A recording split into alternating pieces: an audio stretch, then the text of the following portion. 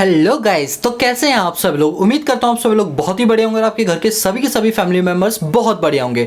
दोस्तों, हम chapter number 8 को कंटिन्यू करने के लिए हैं, जिसका नाम है एग्रीकल्चर एंड फूड मैनेजमेंट। और आज की क्लास में हम जो टॉपिक उठाएंगे that is agree commodity trading और अपस्ट्रीम डाउनस्ट्रीम रिक्वायरमेंट। ये दो आज के हमारे टारगेट हैं। तो आप जानते हैं जैसे हमारा टारगेट है हम उस पर टिक कर देते हैं ताकि हम इसको आज अचीव कर पाएँ।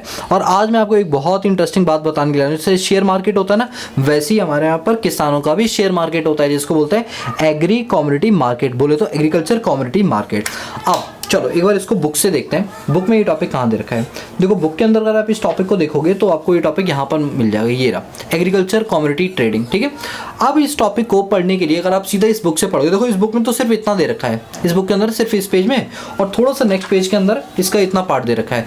बट इस बुक से जब आप पढ़ने बैठोगे आपको उतना क्लियर नहीं होगा, इस वजह से मैंने शॉर्ट नोट्स बनाए आपके। तो आप उन नोट्स को पहले देखोगे, उसके बाद जब हम बुक से पढ़ेंगे तो आपको ज़्यादा क्लियर होगा। ठीक है, अब आप इन शॉर्ट नोट्स की PDF फाइल चाहते हो तो उसके लिए हमारा टेलीग्राम ग्रुप ज्वाइन करना पड़ेगा, लिंक डिस्क्रिप्शन बॉक्स में, वहां से आप ज्वाइन कर लेना। ठीक है, आओ चलो यहाँ पर बात करते हैं एग्री कमोडिटी मार्केट।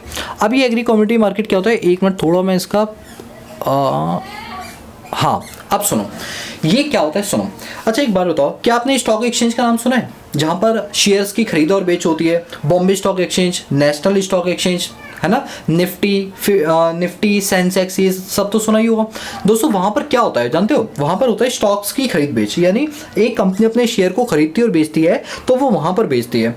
लेकिन अगर हम बात करें एग्रीकल्चर प्रोडक्शंस की या एग्रीकल्चर क्रॉप्स की बात करें तो एग्रीकल्चर में भी तो कमोडिटीज़ होती है ना, तो उनकी खरीद और बेच के लिए हम जिस वर्ड का इस्तेमाल करते हैं वो वर्ड है हमारा एग्री कमोडिटी ट्रेडिंग। अब इसमें क्या होता है, इसमें कमोडिटीज़ को खरीदा बेचा जाता है। अब कमोडिटीज़ क्या होती हैं, कमोडिटी दो तरह की होती है, एक नेचुरल और एक मैन मेड। मैं बात करूँ जैसे कैमरा हो गया, मोबाइल फोन्स हो गए, आपका इक्विपमेंट्स हो गए, आपके डिफरेंट टैबलेट्स हो गए, फैन हो गया, AC हो गया, ये क्या है कमोडिटी है, लेकिन ये क्या है मैन मेड है। मैं भी बात कर रहा हूँ नेचुरल थिंग्स की, नेचुरल थिंग्स जो हमारे एनवायरनमेंट में पाया जाता है, जैसे गोल्ड हो गया, ऑयल हो गया, आपका मेटल्स हो गए, डिफरेंट मेटल्स हो गए, आयरन कोर्स हो गए, आपके एग्रीकल्चर फार्मिंग एक्टिविटीज़ हो गई, ये सब क्या है नेचुरल मैन मेड है। नेचुरल है, इसको फिर मैन मेड की तरह थोड़ा सा प्रोसेस करके इसको बढ़ाया जाता है, बट बेसिकली मिलते कहाँ पे, नेचुरल चीज़ों पे। क्योंकि आज का जो हमारा टॉपिक है that is agree commodity trading, तो इसके अंदर जो कमोडिटी होती है वो कौन सी वाली होती है, नेचुरल वाली होती है। अब नेचुरल वाली को भी दो पार्ट में डिवाइड किया गया है, एक एग्रीकल्चर कमोडिटी और एक non agriculture commodity. Agriculture commodity आप समझ गए, जैसे वीट हो गया, राइस हो गया, पल्सेस हो गया, फूड ग्रेन्स हो गया, ये सब हमारे एग्री कमोडिटी में आती है। नॉन एग्री कमोडिटी में क्या आती है, जो एग्रीकल्चर से नहीं होती, जैसे गोल्ड है, क्या गोल्ड की कोई खेती करता है, सिल्वर की खेती होती है, मेटल्स की खेती होती है, आयरन कोर्स की खेती होती है, ऑयल एक्सट्रैक्शन की क्या खेती होती है, कोयले की खेती होती है, नहीं। ये क्या कहते हैं, एक्सट्रैक्ट किए जाते हैं, ढूंढे जाते हैं मतलब जमीन के अंदर, वहां से ये मिलता है, इसे बोलते हैं नॉन एग्रीकल्चर कमोडिटी। अब क्या होता है कि जब आप एग्रीकल्चर कमोडिटी को खरीदने और बेचने के लिए जाते हो, खरीदने और बेचने जाते हो, तो उसको बोलते हैं कमोडिटी ट्रेडिंग। क्या बोलते हैं, कमोडिटी ट्रेडिंग। इसके लिए कई सारे एक्सचेंज हैं, जैसे मैं दो एक्सचेंज का पॉपुलरली नाम बताता हूं आपको, मल्टी कमोडिटी एक्सचेंज और नेशनल कमोडिटी डेरिवेटिव एक्सचेंज। जो अभी आपने ये पढ़ा ना नॉन एग्रीकल्चर, तो नॉन एग्रीकल्चर कमोडिटी को जिस जगह पर बेचा जाएगा उस मार्केट का नाम है मल्टी कमोडिटी एक्सचेंज, वही लिखा हुआ है। मेनली ये किस में डील करता है, नॉन एग्रीकल्चर कमोडिटी ट्रेडिंग करता है ये। और अगर हम बात करें एग्रीकल्चर प्रोडक्ट्स की, तो इसकी खरीद बेच कौन करता है, नेशनल कमोडिटी डेरिवेटिव एक्सचेंज करती है, जिसे NCDE बोलते हैं शॉर्ट के अंदर। ठीक है, ये किस में डील करती है, एग्रीकल्चर कमोडिटी में डील करती है। अब इसमें क्या होता है, इसने बोला कि भाई इसके पास जो ट्रेडिंग करने के तरीके हैं वो दो तरीके हैं। टाइप ऑफ कमोडिटी ट्रेडिंग कितने हैं, दो, फ्यूचर कमोडिटी कॉन्ट्रैक्ट और ऑप्शनल कमोडिटी कॉन्ट्रैक्ट। मैं आपको फ्यूचर कॉन्ट्रैक्ट के बारे में बताता हूँ क्या होता है। फ्यूचर कमोडिटी कॉन्ट्रैक्ट का मतलब ये होता है कि लेट सपोज मैंने अभी आपको बोला, एक एग्जाम्पल देता हूँ लेज कंपनी का, ठीक है। लेज कंपनी जो है, क्या आपने देखा लेज कंपनी का जो चिप्स का पैकेट है वो आज भी 5 रुपये का आता है, और आज से 5-10 साल पहले भी 5 का ही आता था। आप सोच के चलो लेज वाले अपने इस 5 रुपये के प्राइस को कैसे मेंटेन करते होंगे, कभी सोचा आपने? भाई हमारे यहाँ पर महंगाई होती है, आलू के रेट हर दिन 1, 2, 3, 4, 10 रुपये बढ़ जाते हैं, तो लेज वाले कैसे अपनी प्राइस को मेंटेन करके चलते हैं? आप कहोगे हवा भरते थे, बेटा वो हवा पहले भी भरते थे, आज भी भरते हैं, वो उनका जन्मसिद्ध अधिकार है हवा बना। वो हवा नहीं होता, वो क्या होती है, कौन सी गैस थी वो, शायद कार्बन मोनोऑक्साइड की, पता नहीं, कार्बन डाइऑक्साइड वो गैस होती है जो उसमें फिल की जाती है, जिससे कि वो फ्रेश बना रहे, चाहे आप 10-50 दिन बाद भी उसे कंज्यूम करो, वो रियलिटी में गैस भरनी पड़ती है, मजबूरी होती है उनकी भी भरनी। तो लेज अपने 5 रुपये का पैकेट कैसे मेंटेन करके चलती होगी? लेज को डर नहीं लगता कि आज जैसे 2021 चल रही है, तो 2021 में हो सकता है पोटैटो के जो प्राइस है वो इतने ज़्यादा ऊपर बढ़ बढ़ जाए, जिसकी वजह से हमारी मैन्युफैक्चरिंग प्राइस बढ़ जाएगी, जिसकी वजह से हमें अपनी इस चीज़ का रेट बढ़ाना पड़ेगा, कॉम्पिटिटर उस चीज़ का एडवांटेज उठा लेगा। क्या लेस को डर नहीं है? हाँ बिल्कुल डर है। अच्छा, एक फार्मर के नज़रिए से सोचो, फार्मर के नज़रिए से अगर आप सोचोगे तो फार्मर को भी तो एक चीज़ का डर है कि आज जिस क्रॉप की कीमत उसे 10 रुपये मिल रही है, हो सकता है फ्यूचर के अंदर उसके क्रॉप की प्राइस कम हो जाए, गिर जाए। यस सर, बिल्कुल सही कहा। एक तरह से हम देखें तो फार्मर हमारा क्या है, सेलर है जो आलू को बेचेगा, और लेस क्या है, उसका बायर है जो उन आलू को खरीदेगा। एक तरह से आप ऐसे समझो तो दोनों ही पार्टियों के सामने एक बहुत बड़ा रिस्क है प्राइस को लेकर। तो क्या होता है ऐसे में, हमारा फ्यूचर कमोडिटी जो ट्रेडिंग है वो ये बोलता है कि एक काम करो फार्मर्स, आप हमारे यहाँ पर क्या करो, एक प्राइस बुक कर दो, और लेस वालों को भी बोलता है एक प्राइस बुक कर दो। लेट सपोज फार्मर ने देखा मार्केट में कीमत 10 रुपये चल रही है, फार्मर ने कहा मैं प्राइस बुक कर देता हूँ 16 रुपये, ठीक है। तो कमोडिटी मार्केट क्या करेगा, इनकी प्राइस को फिक्स कर देगा। आप अगर प्राइस नीचे भी होंगे तो भी फार्मर को 16 रुपये के हिसाब से फसल की लागत उसे मिल जाएगी। इसी तरह लेस वालों ने बोल दिया कि भैया फ्यूचर कॉन्ट्रैक्ट के अंदर मैं चाहता हूं कि आलू जो है वो 10 रुपये के मुझे मिले, तो फ्यूचर कॉन्ट्रैक्ट कर लिया। अब फ्यूचर में जिस तारीख तक कॉन्ट्रैक्ट किया उस तारीख तक इसे आलू 10 रुपये हिसाब से मिलेंगे, भली प्राइस कितने भी फ्लक्चुएट क्यों ना कर जाए। ये जो दोनों कॉन्ट्रैक्ट हुए ये फ्यूचर की सर्टेनिटी को रिड्यूस करने के लिए हुआ है, अपने रिस्क को मिनिमाइज करने के लिए हुआ है, और इसी को हम बोलते हैं फ्यूचर कमोडिटी कॉन्ट्रैक्ट। क्या बोलते हैं? फ्यूचर कमोडिटी कॉन्ट्रैक्ट बोलते हैं, ठीक है। क्लियर हुआ? ये क्या लिखा है देखो, फ्यूचर में प्राइस फ्लक्चुएशन से बचने के लिए कॉन्ट्रैक्ट किए जाते हैं फार्मर या सेलर के द्वारा, सेलर और बायर के द्वारा। ऑप्शनल कमोडिटी कॉन्ट्रैक्ट क्या होता है? ये एक पोजीशन को अचीव करने के लिए होता है। मार्केट में अगर हायर पोजीशन चल रही है और आपने बिड लगा दी कि हायर पोजीशन चलेगी, तो जितनी ज़्यादा हाई होगी पोजीशन उतना आपको ज़्यादा पैसा मिलेगा। मार्केट में आपने पोजीशनिंग लगा ली है कि मार्केट गिरने वाला है, तो जितना मार्केट गिरेगा उस हिसाब से आपको पैसा मिलेगा, यानी अर्निंग्स होगी। जनरली अभी हमें जो फोकस करना है अपने पास वो क्या करना है, फ्यूचर कॉन्ट्रैक्ट पर करना है, फ्यूचर कमोडिटी कॉन्ट्रैक्ट्स पर करना है। अब इसमें बात करते हैं ट्रेडर्स के क्या क्या टाइप्स होते हैं। ट्रेडर के टाइप करें तो एक हेजर होता है और एक स्पेक्युलेटर होता है। अच्छा, हेजर की बात करते हैं। हेजर वो व्यक्ति होते हैं जैसे जो मैन्युफैक्चरिंग यूनिट खोलते हैं, लेज फार्मर्स जो डायरेक्टली लेज वालों को क्या देंगे, अपने आलू बेचेंगे।